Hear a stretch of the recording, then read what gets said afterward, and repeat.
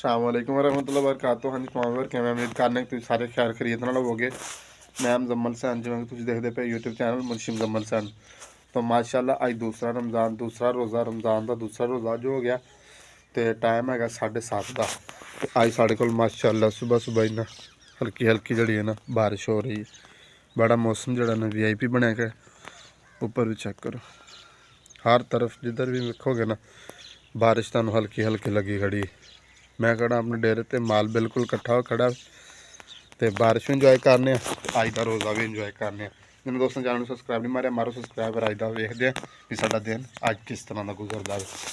बिल्लो भी भज भज के अंदर वड़दी क्योंकि बाहर बारिश है ना तो इस वास्ते चेक करो। बड़ा माशाल्लाह मौसम बड़ा VIP हो गया ठंडा और बारिश भी हल्की हल्की जड़ी है ना वो भी हो रही। परिंदे चहांदे फिरदे उपर और देखो ढाली तो कि बह के इंजॉय करते हैं। Welcome back viewer. जिवें कि सुबह तुहाडे सामने बारिश हो रही सी बारिश इंजॉय करते रह गए रोज़ा माशाल्लाह। तो उस तो बाद मैनू अचानक जो अपने शहर खिच्चिया लिया पै गया। कोई इतने ससुराल काम से किया हम जाता मैं सीधा अपने शहर खिच्चिया कोई उतों के भी छोटे मोटे काम है तो वह भी करा भी शेयर करने जो करने वाले होए जो ना करने वाले हो नहीं करा। मौसम जो एक दफ़ा साढ़े को धुप निकल आई है साफ हो गया। फिर मैं भी जड़ा मोटर तबीयत अजा किसी खराब जी। तुम सुबह मेरे ब्लॉग जो मैं स्टार्ट किया ना इंट्रो तो तुम वेख्या होना मैं बड़ा ढिला ढिला जहा बोलता सा पे। तो मेरा ना राती रोज़ा खोलिया ना तो उस तो बाद ना एक सिर की दर्द नहीं रहती हैगी तो दूसरा जो साह जहा नहीं हो जाता इस तरह हो गया सी खांसी जी हो गई सी। तो अल्लाह कितने भी हम सुकून हो गया कुछ बस हम मिलते हैं शहर चल के रश बड़ा वे शहर पहुँच के फिर मिलता। सब तो पहले पहुंचे जुत्तियां दुकान थे तसवर की लैनी सी जुत्ती एक लेडीज सी ली तो लैन तो बाद हम दसो जिन्हों का रेट बिल्कुल याद करके देवांगे। मैं रेट कर लवा फिर मिलते हैं। पहुंचे सब्जी वाली दुकान पर लेंगे खरीद करने सब्जी तुलती पे पैसे देने ते लेने फिर निकलते पे नैक्सट अगे टटका देते।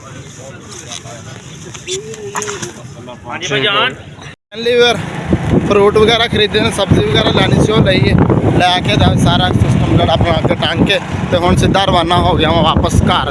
हम सीधा मिलांगा तुहानू जाके घर ही चलते पे शोर भी ज़्यादा वे शोर के आवाज़ साफ नहीं है क्लीयर आती है।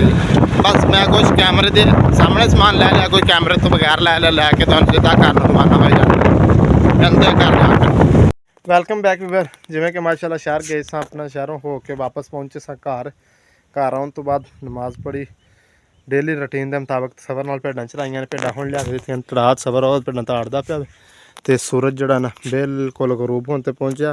टाइम हो गया 5:50 रोज़े की अफतारी साढ़े को टाइम रह गया सिर्फ 25 मिनट।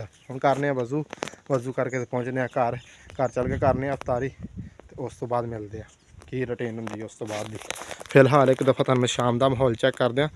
शाम सुबह बारिश हो रही साढ़े को हुण भी माशाल्लाह बारिश नहीं लेकिन मौसम साफ है लेकिन हवा बड़ी ठंडी चलती पई।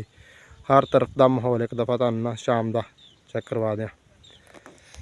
चलते हैं हुण तो सुबह का जो नैक्सट ब्लॉग आना ना यकीन करो बड़ा ही कीमती आना जुड़े रही वीडियो के नाल जो सुबह ब्लॉग बनना आना तो एक दो दिन ठहर के लेकिन जो सुबह ब्लॉग बनना ना कल वाला भी और परसों वाला ही बड़े VIP इस तो अगे वाले ब्लॉग जोड़े ना एक तो मेरे ट्रैवल के ने तो दूसरा बड़े VIP होने वाले ने।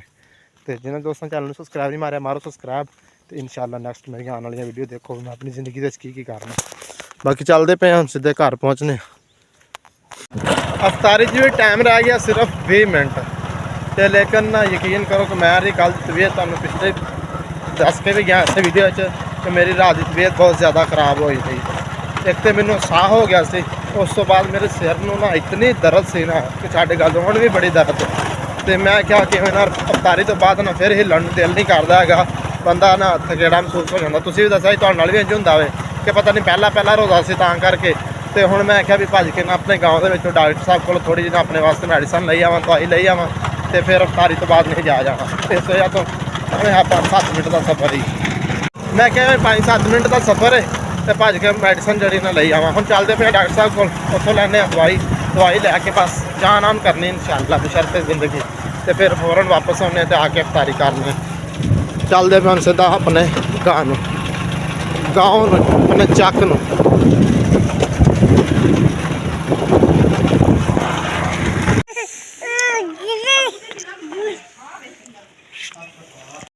फैमिली पर माशाल्लाह रोज़ा इफ्तार किया, नमाज़ पढ़ी, नमाज़ पढ़ने तो बाद जी मेडिसिन लिया सन पहले तो रखी पै लगे खान क्योंकि सिर में इतनी दर्द नहीं यकीन करो कि छड़ गल दे मारी आ गई पानी लैके तो हूँ जरा ना एक गोलियां खाना वा।